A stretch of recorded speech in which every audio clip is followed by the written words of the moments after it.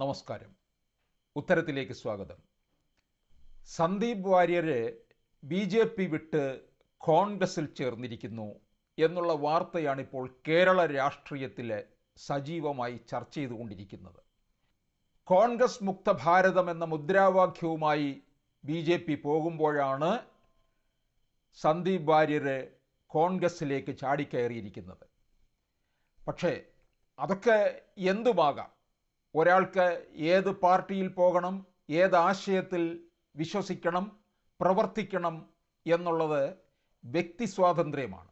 അതിലാർക്കും ഇടപെടാൻ കഴിയില്ല എന്നുള്ളതാണ്. അതുപോലെ തന്നെ നമ്മൾ ഏത് പക്ഷത്തുള്ള ആൾക്കാരിലും എതിർപക്ഷത്തുള്ള രാഷ്ട്രീയ നേതാക്കളെയും ഒക്കെ ബഹുമാനിക്കാറുണ്ട്. കാരണം അവരുടെ നിലപാടിൽ ഉറച്ചു നിൽക്കുന്നു, അവരുടെ ആശയത്തിൽ ഉറച്ചു നിൽക്കുന്നു, അവരുടെ പ്രസംഗം, അവരുടെ വാക്ചാതുര്യം, ഇതൊക്കെയാണ് പലപ്പോഴും കൂടുതൽ അംഗീകാരം കിട്ടുന്നത്. ഇത് തന്നെയാണ് സന്ദീപ് വാര്യരിനും കിട്ടിക്കൊണ്ടിരുന്നത്. BJPയുടെ വക്താവായി ചാനലുകളിൽ വന്ന് ചർച്ചയിൽ പങ്കെടുത്ത് അതിലൂടെ ജനങ്ങളുടെ ഇടയിൽ വലിയ ഒരു അഭിപ്രായം ഉണ്ടാക്കിയ ആളായിരുന്നു സന്ദീപ് വാര്യർ. പക്ഷെ കോൺഗ്രസിൽ ചാടിയതോടുകൂടി അദ്ദേഹം കാര്യങ്ങളെല്ലാം തകിടം മറിഞ്ഞിരിക്കുന്നു എന്നാണ് കാണുന്നത്. അതായത് ഇപ്പോൾ നമ്മൾ എതിർപക്ഷത്തുള്ള പാർട്ടികളിൽ ഒരുപക്ഷെ ഇപ്പം കെ സുധാകരനെ നമ്മളെ ചിലർക്ക് ഇഷ്ടമാണ്. കാരണം കെ സുധാകരൻ്റെ ഒരു തൻ്റെ ഇടം, ലീഗിലെ KM ഷാജി, അതുപോലെ കോൺഗ്രസ്സിലെ മാത്യു കുഴൽനാടൻ, സാധാരണ ഒരു കോൺഗ്രസ്സുകാരനിൽ നിന്ന് വളരെയധികം വ്യത്യസ്തനാണ് കുഴൽനാടൻ. അദ്ദേഹത്തിൻ്റെ പ്രസംഗ ചാതുരി ഒരു ഹൈ പ്രൊഫൈൽ തന്നെയാണ്. സാധാരണ വെറും ഒരു കോൺഗ്രസ്സുകാരൻ്റെ സ്വഭാവം അദ്ദേഹം എടുക്കാറില്ല. നിയമസഭയിൽ പ്രസംഗിക്കാൻ എഴുന്നേൽക്കുമ്പോൾ തന്നെ പിണറായി വിജയൻ ഭയക്കുകയാണ്. കാര്യങ്ങളെല്ലാം തന്നെ വളരെ ഭംഗിയോടുകൂടി, വളരെ ഷാർപ്പായിട്ട്, വളരെ കൃത്യമായിട്ട് അവതരിപ്പിക്കാനുള്ള ഒരു വൈഭവമാണ് കുഴൽനാടനുള്ളത്. അത്തരത്തിൽ ഒരു വൈഭവമുള്ള നേതാവായിരുന്നു സന്ദീപ് വാര്യർ. സന്ദീപ് വാര്യർ കോൺഗ്രസിൽ പോയി, അത് വാര്യരുടെ ഇഷ്ടമാണ്. അതിനുശേഷം അദ്ദേഹം നേരെ കോൺഗ്രസിലെ നേതാക്കളെയും കൂട്ടിക്കൊണ്ട് പാണക്കാടേക്ക് പോയിരിക്കുകയാണ്.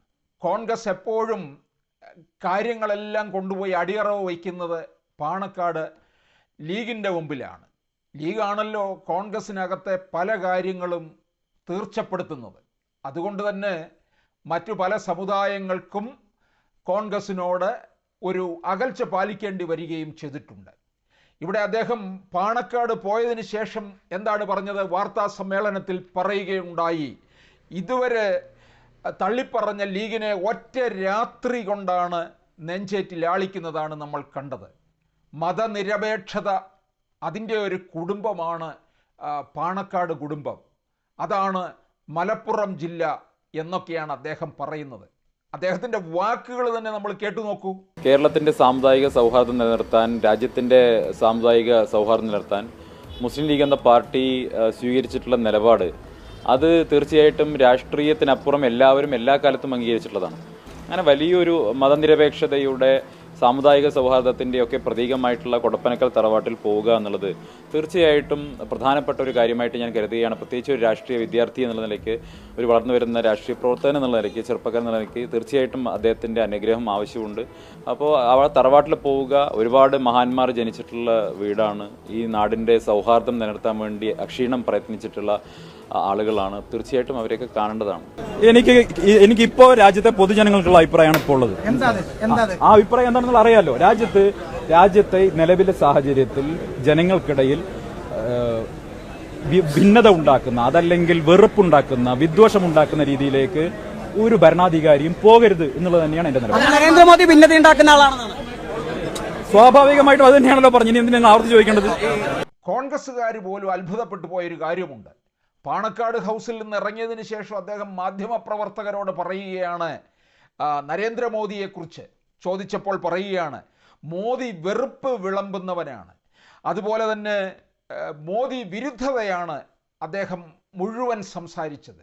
ഇത്രയും നാൾ നരേന്ദ്രമോദിക്ക് വേണ്ടി വാദിച്ചുകൊണ്ട് മറ്റ് കക്ഷികളെയൊക്കെ തന്നെ ശക്തിയുക്തം എതിർത്തിരുന്ന സന്ദീപ് വാര്യർ ഒറ്റ രാത്രി കൊണ്ട് നിലപാടിൽ നിന്ന് മാറിക്കൊണ്ട് പറയുകയാണ് മോദി വെറുപ്പ് വിളമ്പുന്നവൻ എന്ന്.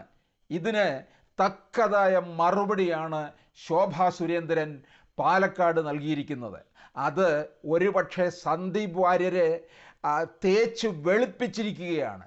വാര്യര് ശരിക്കും തേച്ചു കുളിച്ചാൽ പോലും പോകാത്ത തരത്തിൽ ശോഭാ സുരേന്ദ്രൻ അതിന് തക്ക മറുപടി കൊടുത്തു. അത് കേട്ടു നോക്കണം, എങ്കിൽ മാത്രമേ അതിൻ്റെ യഥാർത്ഥ സ്വഭാവം നമുക്ക് മനസ്സിലാക്കാൻ കഴിയൂ.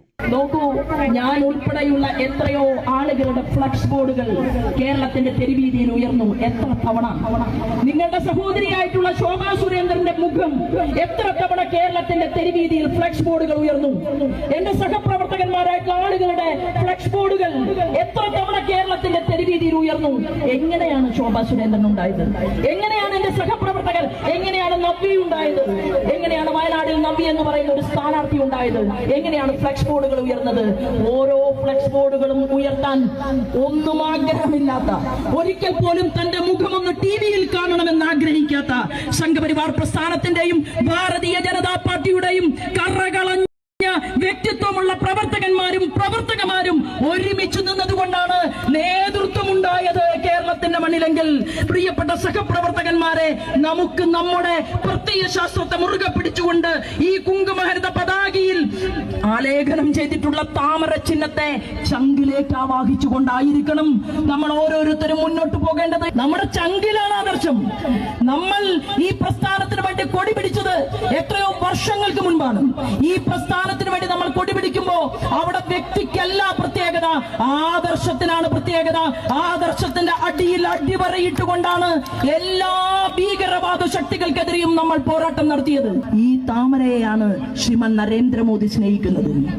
അദ്ദേഹം വിശ്വസിക്കുന്ന പാർട്ടിയാണ് ഭാരതീയ ജനതാ പാർട്ടി.